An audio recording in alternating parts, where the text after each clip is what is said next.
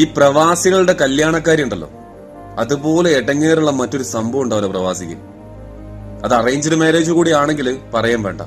വിദേശത്ത് നിന്ന് പെണ്ണ് കാണൽ തുടങ്ങും. മൊബൈൽ ഫോട്ടോസിലൂടെ കണ്ട് ഓക്കെ പറയാൻ പറ്റില്ല, ഒരു നല്ല തീരുമാനം എടുക്കാൻ സാധിക്കില്ലെന്ന് പറഞ്ഞ് ഒത്തിരി നല്ല കേസുകൾ അങ്ങനെ തന്നെ പോകും.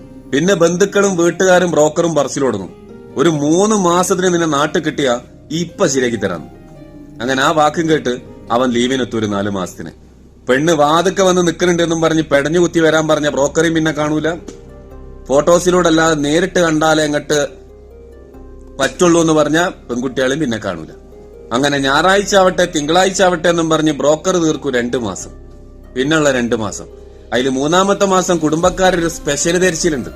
എടി അവൻ പോവാനായടി നോക്കൂടറി എന്നും പറഞ്ഞിട്ട്. അതുകൊണ്ടും വലിയ ഗുണമൊന്നും ഉണ്ടാവില്ല, അങ്ങനെ തന്നെ പോവുക. പിന്നെ 4-ാമത്തെ മാസം, ആ മാസം 1-ാം തീയതി മുതലേ ടെൻഷനായിരിക്കും, 28-ാം തീയതി പോവാനുള്ളതാണല്ലോ എന്ന് ആലോചിച്ചിട്ട്. വല്ലാത്തൊരവസ്ഥ. എന്നാലും ഞാൻ ചിന്തിക്കുന്നതല്ല, ഈ പെണ്ണ് കാണാൻ പോകുമ്പോ റോട്ടുമക്കാണ്ട് കുട്ടികൾ എന്തെങ്കിലും പെരി കാണാത്തത്. പ്രേമസ്വരൂപന സ്നേഹസതീർത്ഥ്യന്റെ കാക്കല